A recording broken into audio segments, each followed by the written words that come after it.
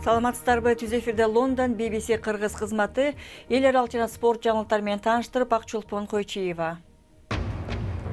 Дүйнөдөгү эң катаал гуманитардык кризис, Йемендин тургундары оор абалда, атайын баяндама.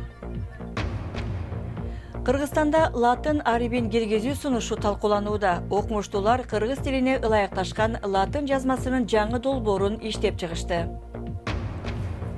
Кыргызстандын баш каласында курулган Газпром мектебинин тегерегиндеги келишпестиктер эмнеден келип чыкты? Бириккен Улуттар уюму маалымдагандай, Йемен дүйнөдөгү эң оор гуманитардык кризиске туш келген чакта өлкөдө адам укуктарын тебелөө улантылууда. 4 жылдан бери Сауд Арабия баш болгон коалицияга таянган президент Хади менен Иран колдогон хуситтер ортосунда атуулдук согуш жүрүп жатат. Хуситтер баш кала Сана менен катар башка аймактарды дагы ээлеп алышкан. Эки тараптын ортосунда кармаш улантылууда.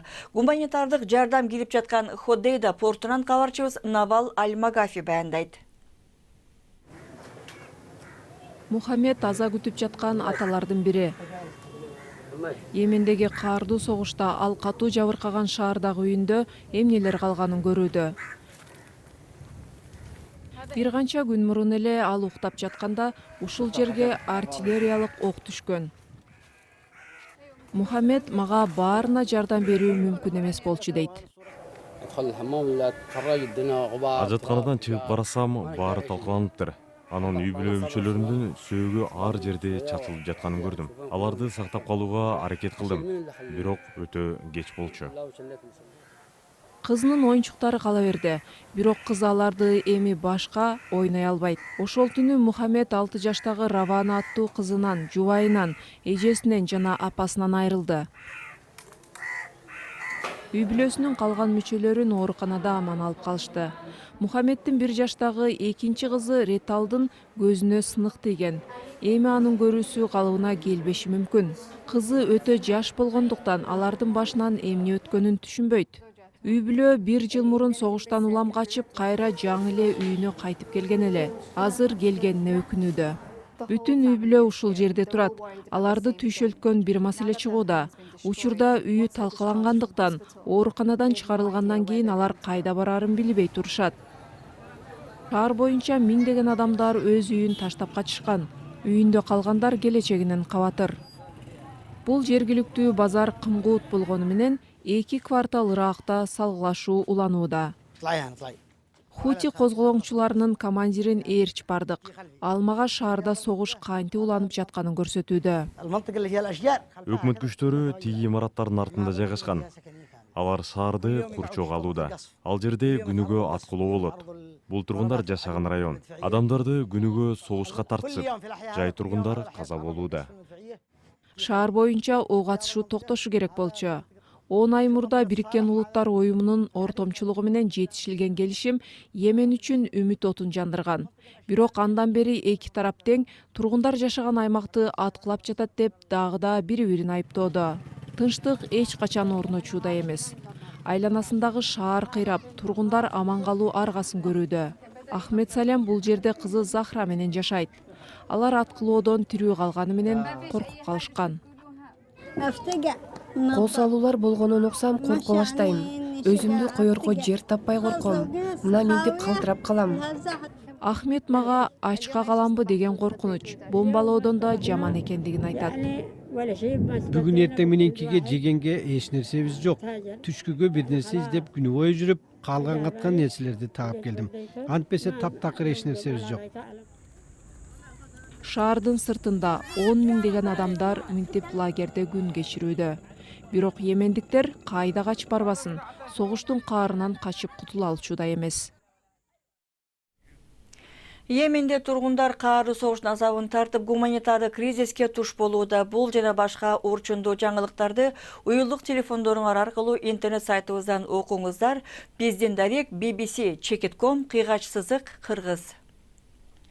Сиздер көрүп жаткан BBC кыргыз кызматы жаңылыктар менен тааныштырууну улантабыз.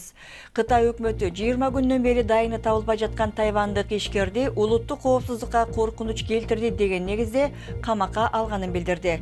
Морисон Ли 20 августта Кытайдын түштүгүндөгү Шэньчжэн шаарына баргандан кийин дайыны белгисиз болуп калган. Андан 2 күн мурун ал Гонконгдо студенттердин каршылык акцияларын көрүп, чек арада турган Кытай аскер унааларынын сүрөттөрүн досуна салып жиберген экен. Израилдин премьер-министри Беньямин Нетаньяхунун эми аптада шайлоодо утсам Иордан өрөөнүндө Израилдин бийлигин орнотом деген убадасын араб мамлекеттери катуу айыптап чыгышты. Иордан өрөөнү басып алынган батыш жээктин бир бөлүгүн түзөт. Палестинанын өкүлү Саип Эрекат бул кадам тынчтык орнойт деген үмүттү 100 жылга көмүп, согуш кылмышына тете болот деп билдирди.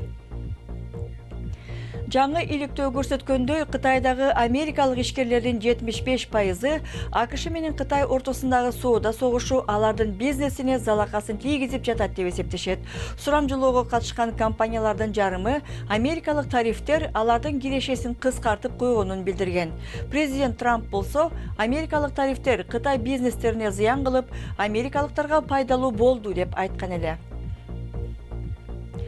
Жапониянын космостук борборунда өрт чыгып, эл аралык космостук станцияга бара турган ракета учурулбай калды.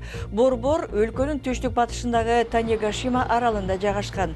Ракета космостук станциядагы астронавттарга тамак аш, суу жана башка бир нече тонналык жабдууларды алып бармак. Эми ал дем алыш күндөрү учурулат деп болжонууда. Илимпоздор адам баласы башынан эле сүт ичип жүргөнү тууралуу омоктуу далилдерди табышты. Англиядагы жаңы таш дооруна таандык сөөктөрдүн тишиндеги катмардан сүттүн протеиндери табылган. Демек адамдар мындан 6000 жыл илгери эле сүт азыктарын колдоно билген. Кыргызстанда латын жазмасын киргизүү сунуштары талкууланууда. Окумуштуулар кыргыз тилине ылайыкташкан латын жазмасынын жаңы долбоорун иштеп чыгышты. Дүйнөнүн көпчүлүк өлкөлөрү латын арифин колдонот. Кыргызстандагы виртуалдык чөйрөнүн бир бөлүгү. Андыктан жалпы кыргыздар колдоно алгыдай бирдиктүү латын жазмасы керек, дейт долбоордун автору профессор Гүлзора Жумакунова. Постсоветтик өлкөлөрдүн ичинен Азербайжан, Түркмөнстан, Өзбекстан латын тамгасына дароо өтүп, Казакстандагы ушундай чечим кабыл алган.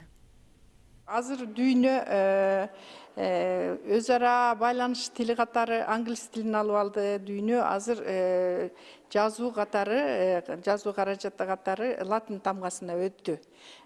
Бул биздин тектеш өлкөлөрдүн бардыгы, эң акыркында бул Казакстан өтүшү менен биз ошо тектеш өлкөлөр ичинден бир орток жазуу чөлкөмүнүн тышында калып калдык да.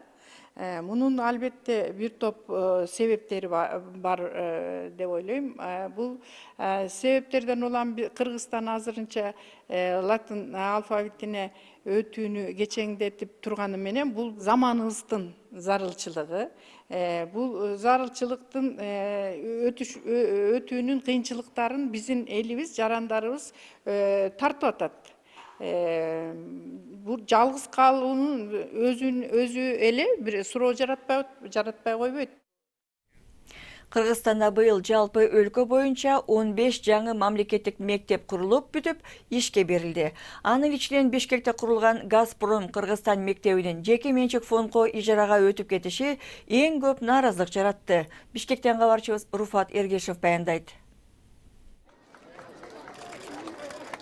Бишкекте Газпром Кыргызстан компаниясы куруп бүтүп, мэрияга өткөрүп берген жаңы мектептин жеке менчик фондго ижарага берилгенинин мыйзамдуулук жагы көп талаш талкуу жаратты. Бирок ошого карабай жаңы окуу жылында чыры бүт элек мектепти президент Жээнбеков өзү барып ачты. Эң алдыңкы үлгүдө салынган мектептин аземине мына катышып атабыз. Бул дагы көрсөткүч Кыргызстан менен Россиянын ортосундагы иликтүү кызматташтыктын көрсөткүчү.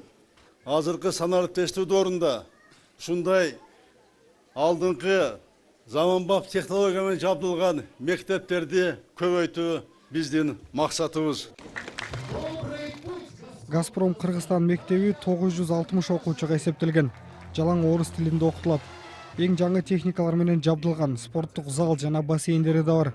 Анын баарын каржылоого мэрия акча жок деп жатат. Ошол себептүү жеке менчик фондго ижарага берилген айтылууда.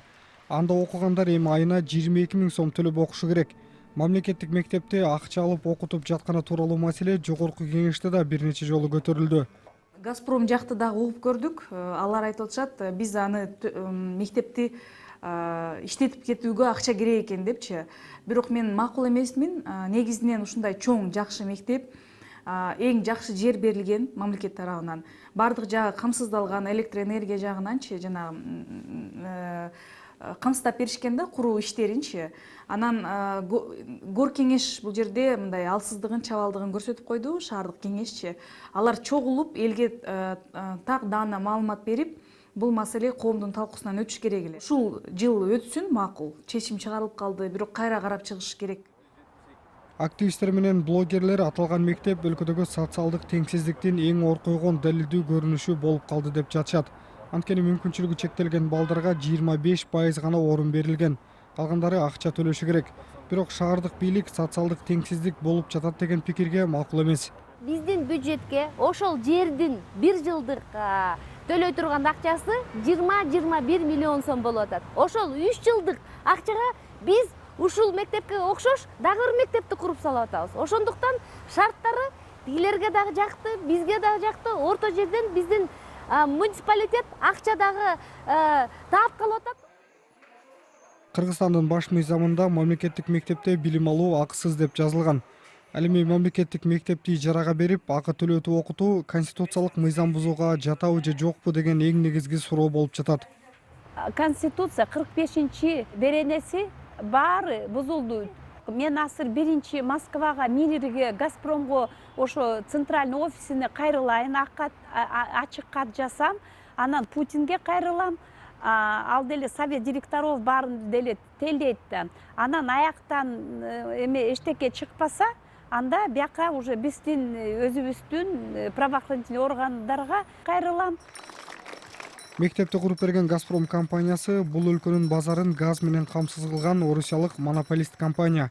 Атамбаевдин убагында Газпромго жергиликтүү Кыргыз газ ишканасы карызы менен кошо символикалуу түрдө $1 сатылып кеткен. Эми спорт жаңылыктарын көрөлү. Криштиану Роналду Евро 2020 тандоо турунун алкагында Португалия менен Литванын оюнунда 4 гол киргизип Португалия жеңишке жетти. Мындан тышкары аталган турнирде Англиянын талыкпаган маршы уланып, Косовону 5-3 эсебинде утту. Натыйжада 4 беттештен кийин Англия А тайпасында биринчи сапта турат. Башка беттештерде Франция 3-0 эсебинде Андорраны жеңди. Дүйнө чемпиондору 6 оюнда 15 упай топтоп H тайпасында 2-нчи орунда турат.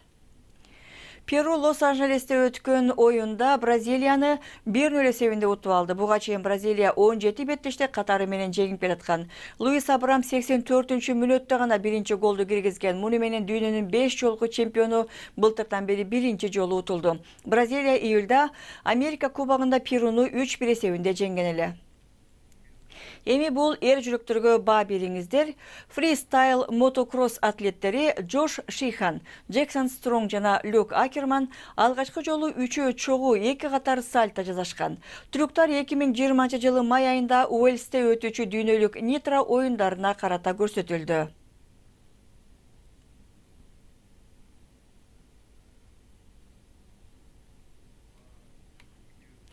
Жаңылыктардын соңунда футбол таймашын кантип курчутуп койсо болору жөнүндө сунуштар. Талага көп бактарак отургузуп салыш керек. Албетте тамаша, бирок австриялык Klagenfurt клубу ири көркөм инсталляция үчүн талаасын бошотуп берди. Ал жакта 300 бак тигишти. Бул чакан токой футбол талаасында октябрь айынын соңуна чейин турат. Ага чейин клуб жакын арадагы стадиондо ойноп турмакчы. Бактарды аралап ойношот экен десе, бул жана башка жаңылыктар биздин интернет сайтыбыздын башкы бетинде турат. Биздин дарегибиз bbc-kyrgyz.com сайтыбыздан жаңылыктарды окуп, радиосу дагы уксаңыздар болот. BBC-нин жаңылыктарын Facebook'та, Twitter'да жана YouTube'да табууга мүмкүн. Ал үчүн бизди BBC Кыргыз деген ат менен издеңиздер. Биз программасы ушуну менен жыйынтыктайбыз. Лондондо командабыздын атынан берүүнү көргөнүңүздөр үчүн сиздерге чоң рахмат. Берүүнү алып барган Акчулпон Койчиева, саламатта болуңуздар.